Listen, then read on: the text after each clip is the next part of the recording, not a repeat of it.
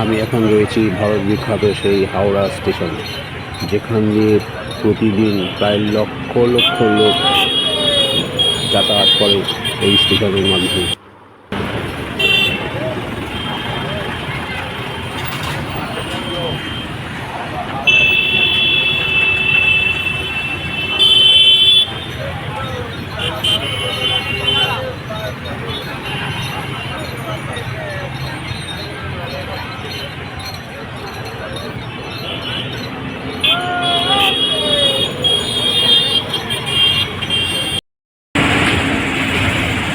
কলকাতা থেকে হাওড়ায় যাচ্ছি সেই ভারত বিখ্যাত রবীন্দ্র সেতুর উপর দিয়ে। নিচে গঙ্গা নদী। Friends, welcome to my channel Shrima Dada ট্রাভেলসের পক্ষ থেকে আমি অমিয় সকল ভিউয়ার্স এবং সকল সাবস্ক্রাইবারদের জানাই শুভ নববর্ষ। প্রত্যেকের যেন এই বছরটা খুব ভালো কাটুক।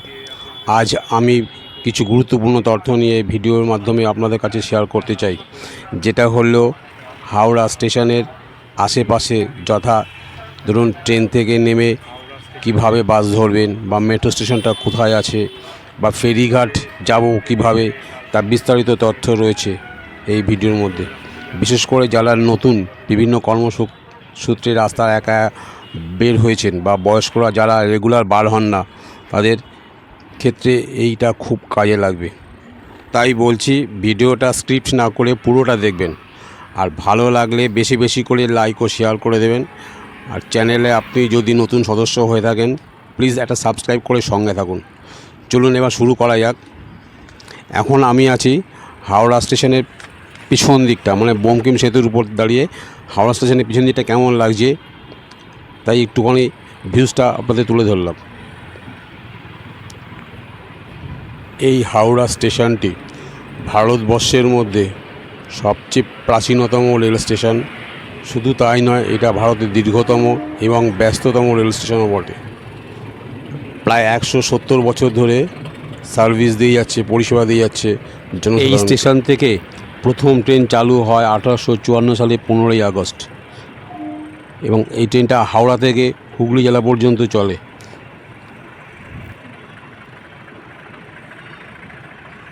যাই হোক, আমি এখন চলে এলাম হাওড়া বাস স্ট্যান্ডে।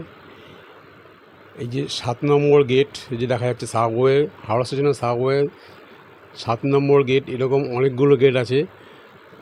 7 নম্বর গেট দিয়ে বেরোলে কলকাতার দিকে যে বাস স্ট্যান্ডগুলো আছে, এই যে দেখুন, এই বাস স্ট্যান্ড থেকে কলকাতার দিকে যাওয়ার যে কোনো বাস পাবেন। আর হুগলি জেলার দিকে যাওয়ার জন্য বাসগুলো এইখান থেকে পেয়ে যাবেন। বা কাছাকাছি যাওয়ার কোনো ডিস্টেন্স থাকে, যেমন মঙ্গলাহাট, হাওড়া ময়দান বা সালকিয়া, এখানে প্রচুর অটো রয়েছে। অটো করেও আপনি যেতে পারবেন। দূরপাল্লার গাড়িগুলো এই বাস স্ট্যান্ডের পিছন দিকে রয়েছে, দীঘা, হাওড়া সোলপাট্টা, এই গাড়িগুলো। হাওড়া স্টেশন ব্রিজ দিয়ে গাড়িগুলো বেরিয়ে এসে ঠিক এইখান দিয়ে ঘুরে ওরা ইউটার্ন নিয়ে বাস স্ট্যান্ডের দিকে চলে আসছে।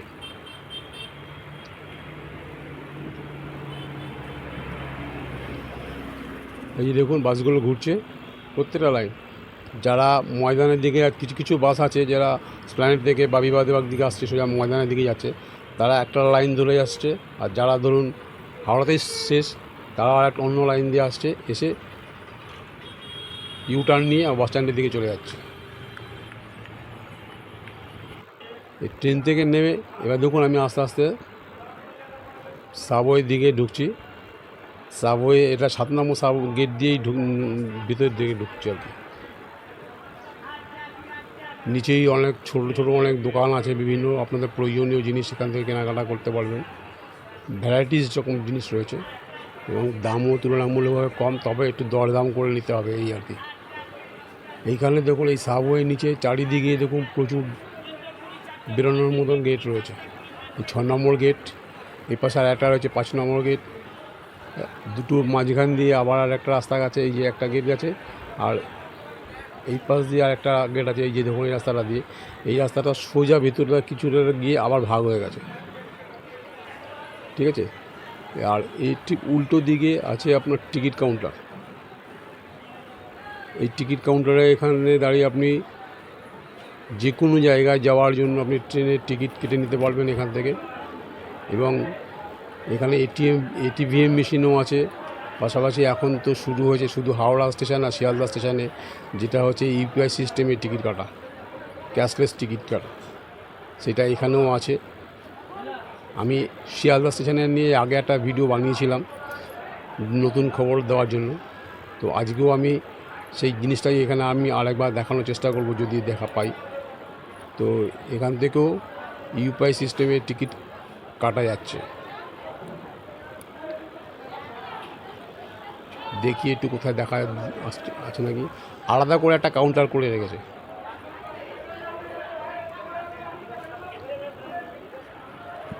এইখানে কিসের ভিড় দেখি একটুখানি।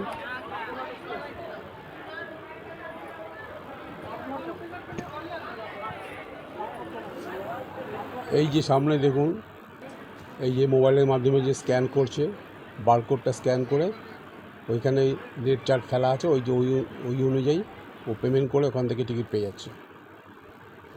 টিকিট কেটে এই সিঁড়ি দিয়ে উপর দিকে উঠে সোজা গিয়ে আপনি প্ল্যাটফর্মে চলে যেতে পারবেন ট্রেন ধরে। আজকে আমি ভেতরের দিকটা পুরোটা দেখাবো না, তার কারণ তাহলে ভিডিওটা অনেক বড় হয়ে যাবে, আপনাদের দেখার থাকবে না। আমি দুটো পার্টে দেখাচ্ছি আজকে, শুধু বাইরের সাইডগুলো দেখাচ্ছি আমি।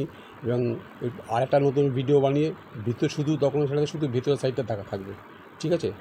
এবার এই গেট দিয়ে আস্তে আস্তে আমি বাইরে বেরিয়ে আসছি উল্টো দিকে। এই গেটটা দিয়ে কিন্তু বাস স্ট্যান্ড পাওয়া যাবে না। হাওড়া থেকে যে বাসগুলো আসছে ওরা এই গেটের মুখে, এটা আছে 8 নম্বর গেট, এই গেটের মুখে নামিয়ে দিচ্ছে। নামিয়ে দিলে আপনি ওখান থেকে নেমে স্টেশনের সাবওয়েতে চলে আসতে পারবেন। বাট বাস ধরার জন্য আপনাকে 6 নম্বর গেট, এই যে এটা 8 নম্বর গেট, এই যে বাসগুলো এখানে নামিয়ে দিয়ে চলে যাচ্ছে। আমরা এবারে আসছি উল্টো দিকে, আরেকটা মেন গেট রয়েছে।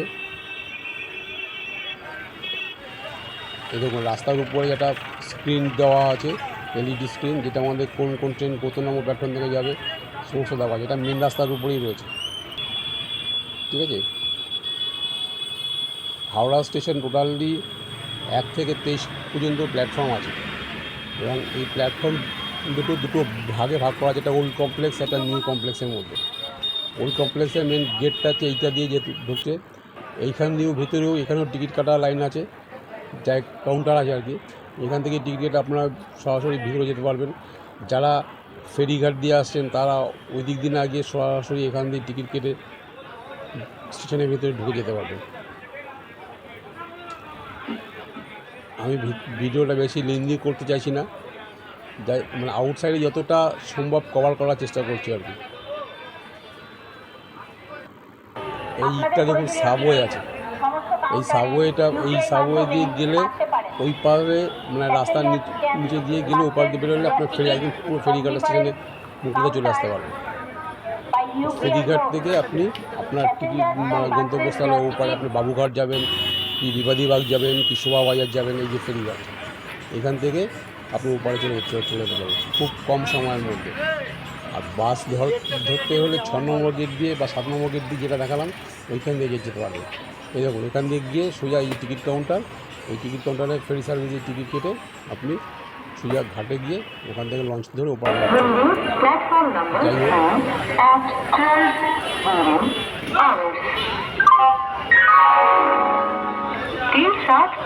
যাই होक हावड़ा बंडेल लोकल दोपहर 12 बजे 4 नंबर प्लेटफॉर्म से रवाना होगी। 3724 आप हावड़ा बंडेल लोकल दोपहर 12:04। এইটা হচ্ছে ট্যাক্সি বা ক্যাব বুকিং করার জায়গা। আপনার কাছে লাগেজ বেশি থাকলে আমি সরাসরি এখান থেকে বেরিয়ে এসে এখান থেকে ট্যাক্সি বা ক্যাব বুকিং করে নিতে পারেন। এখানে যাত্রী সাথী অ্যাপসের বিভিন্ন বুথও এখানে রয়েছে। ওল্ড কমপ্লেক্সের নিচেই, ওল্ড কমপ্লেক্সটাও দুটো ভাগে ভাগ করা হয়েছে। 1 থেকে 8 নম্বর প্ল্যাটফর্ম পর্যন্ত লোকাল ট্রেনগুলো একদিকে রয়েছে, আবার এইদিকে রয়েছে 9 থেকে 16 পর্যন্ত। আর এইখানটাতেই আপনি স্ট্যান্ডগুলো পেয়ে যাবেন, ট্যাক্সি স্ট্যান্ড বা ক্যাব বুকিং সমস্ত কিছু আপনি এখান থেকে পেয়ে যাবেন। শুধু তাই নয়, এখানে সাবওয়ের বা দিকে কিছু গার্ডেনিং করা আছে এবং এর পাশেই রয়েছে এক্সিকিউটিভ লঞ্চ,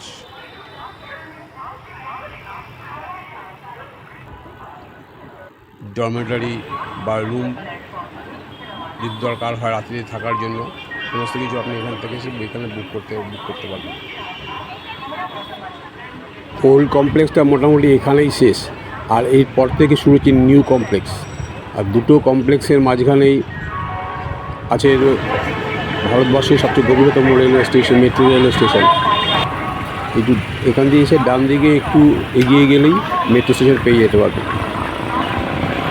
আর সোজা যদি এগিয়ে যাই তাহলে আমি আইআরসিটিসির আন্ডারে যাত্রী সাথী নিবাস, রাত্রে স্টে করার জন্য, নাইট স্টে করার জন্য, যাতে ধরুন ভোরবেলায় ট্রেন আসতে অসুবিধা হচ্ছে, সেখানে আপনি আগের দিন রাত্রেবেলায় এসে এই সিঁড়ি দিয়ে ভিতরে ঢুকে আপনার রিজার্ভ টিকিটের শুধু পিএনআর নাম্বার দিয়ে আপনি রেজিস্টার করে আপনি ওখানে রুম বুক করতে পারেন। দোতলায় রয়েছে, ঠিক আছে। এবং এখানে প্রচুর ফুড স্টল রয়েছে, আপনি এখান থেকে খাওয়ার অ্যারেঞ্জমেন্ট করে নিতে পারবেন, কোনো অসুবিধা নেই। এসি নন এসি দু রকমের রুম পাওয়া যাচ্ছে এখানে।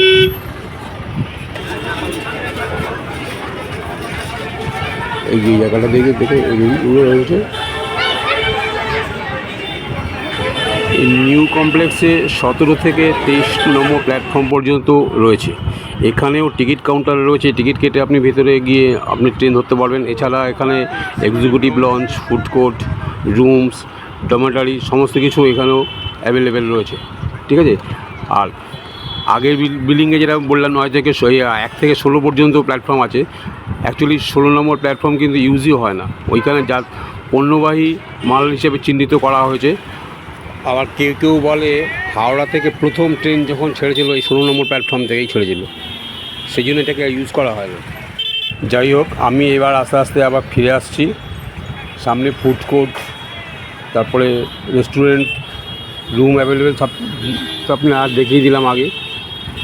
ভিডিওটা দেখে যদি ভালো লাগে বেশি বেশি করে শেয়ার করবেন, যাতে করে আপনার এবং অন্যান্যদের অনেক সুবিধা হবে। বিশেষ করে যারা নতুন যাতায়াত করছে তাদের ক্ষেত্রেও সুবিধা হবে অনেক, ঠিক আছে। আর যদি ভালো লাগে একটু সাবস্ক্রাইব করবেন, সঙ্গে থাকবেন এরকম আরও নতুন নতুন ভিডিও পেতে। এবার আমি রাস্তায় এখন মেট্রো স্টেশন দিয়ে ঢুকে যাব, কারণ মেট্রোতে ওইখানে ছবি তুলতে পারবো না, যেহেতু এটা রেস্ট্রিক্টেড এরিয়া। সামনে দেখুন একটা বাষ্প ইঞ্জিনের একটা মডেল রাখা আছে, বেশ সুন্দর লাগছে দেখতে। এখান দিয়ে আমি বাঁ দিকে ঢুকে যাব রাস্তা দিয়ে। ওল্ড কমপ্লেক্সের 8 নম্বর এবং 9 নম্বর প্ল্যাটফর্মের মাঝখানে একটা সরু রাস্তার মতন আছে, যেখান দিয়ে প্রাইভেট কার আপনি সরাসরি নিয়ে আসতে পারবেন, গেট পাস করা থাকবে। এতে প্ল্যাটফর্মের ভিতরে গাড়ি ঢুকিয়ে দিতে পারবেন, তাতে আপনার লাগেজ বইতেও কম সময় লাগবে, খাটনি কম হবে।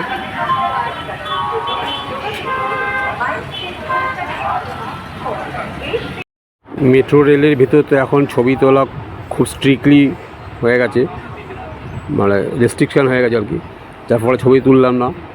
ট্রেনে বসে ভিতরে কিছু ছবি দেখালাম। এই নীল আভাটা দেখে বুঝতে পারছেন এখন আমি পুরো গঙ্গার নিচে দিয়েই যাচ্ছি আর কি।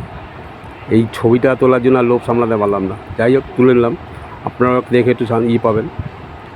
যাই হোক, ভিডিওটা এই পর্যন্তই রাখছি, ঠিক আছে। আর দেখা হবে পরের অন্য কোনো ভিডিওতে। ততক্ষণে ভালো থাকুন, সুস্থ থাকুন। সকলকে আবার শুভ নববর্ষ জানিয়ে আমি ভিডিওটা এখানে শেষ করছি।